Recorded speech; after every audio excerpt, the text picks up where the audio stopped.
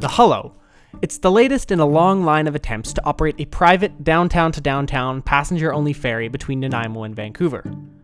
People have tried this before. We've had hovercrafts and other high-speed catamarans like the Royal Sea Link Express and the Harbour Links, but so far, no private ferry company has been able to make it last for more than a few years. Will things be different this time? I hopped on board the Hullo to try to find out if a service like this could finally work. Armed with 2 new catamaran vessels and a slick logo that looks like it was plagiarized from a vegan toothpaste company, Hullo currently operates 4 sailings a day between downtown Vancouver and the port of Nanaimo. Eventually, they hope to increase the number of daily sailings to 7, including some special late-night trips for after large events like concerts or Canucks games. Sailings take approximately 70 minutes, which is significantly faster than taking BC ferries, especially if your end destination is downtown, since this way you don't need to drive or take a bus, which can easily add an extra 45 minutes to an hour to your journey. Predictably, this extra speed comes with a price tag.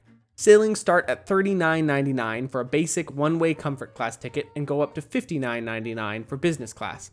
This is pretty steep when compared with the $19 it costs to walk onto a BC Ferries vessel, but is still relatively affordable when compared with other options like Harbour Air or Helijet. Our journey started on the Vancouver side. The terminal is located right near Canada Place and the Convention Centre, near where the seaplanes and cruise ships come in. It's about a 10 or 15 minute walk to Waterfront Station, which means it's very transit accessible on the Vancouver side. Something that isn't so true for the Nanaimo side, but we'll get to that later. Check-in was easy. We simply showed our tickets to the attendant, they scanned them, and we got in line. It kind of felt more like waiting in line for a concert than a transit service, but it worked okay. One thing to note is the fact that they do not really have any kind of terminal building on either side of the water. Thus, you're required to line up outside along a long, uncovered walkway. I'm not sure how comfortable this will be once the rain starts. Hopefully they have some sort of solution in mind, but in case they don't, if it's raining out, I'd recommend bringing an umbrella or some good rain clothes. We waited in line for probably 15 or 20 minutes, and then the line started moving and we got on the boat. They board by class, so all the higher paying guests get on before the comfort people. After we got on board, we took off our larger bags and put them in the cubbies they provide. It's worth noting that there is a limited amount of space in these cubbies, so if you're bringing items like large suitcases that are bulkier than a small backpack or a purse, just be careful because there might not be space. Also, it's worth noting as of right now, you're not able to bring bikes on board, but according to their frequently asked questions, that is something they're working on. The boats themselves felt quite modern. The seats were comfortable and they had chargers as well as flip down tray tables complete with tiny cup holders. Seriously, they were so small and I don't know why. There were a few things that felt a little rough around the edges, like the safety video only played it on one of the TVs and the quality of the PA system was a little bit iffy. Kind of sounded like it was coming from a Bluetooth speaker about 10 feet behind us. Now listen up, joy seekers. In case the sea decides to throw us a surprise party, we've got like... While on the topic of things that didn't work so well, the Wi-Fi.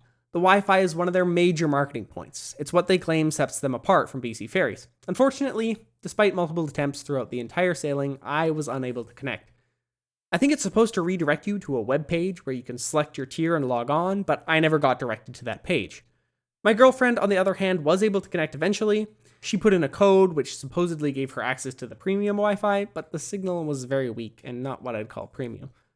Granted, these issues may have been limited to my sailing, as I've heard from some others that the Wi-Fi worked okay for them, so your mileage may vary.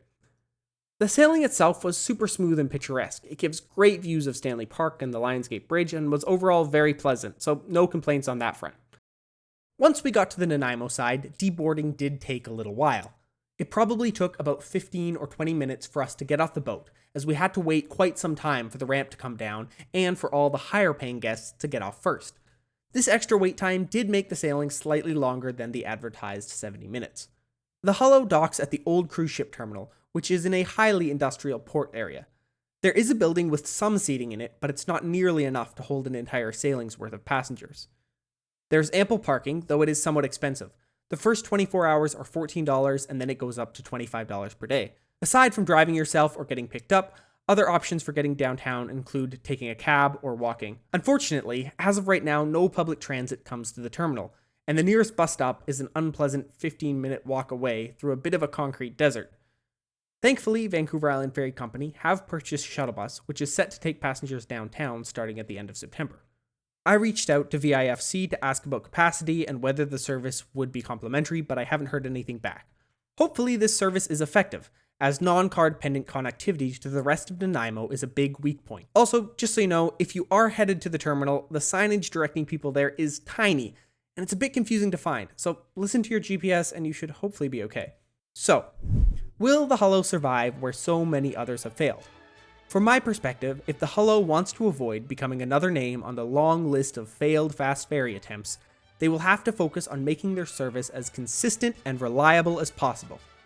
Features like Wi-Fi or onboard food and beverage options are nice to have, but at the end of the day, a transit service's #1 job should be getting people where they want to go in a timely, efficient, and affordable manner with as few headaches as possible. If they can find a way to make the Nanaimo terminal a bit more accessible and run a consistent service that avoids the cancellations and delays which have plagued BC ferries, the higher price tag might just be worth it for some.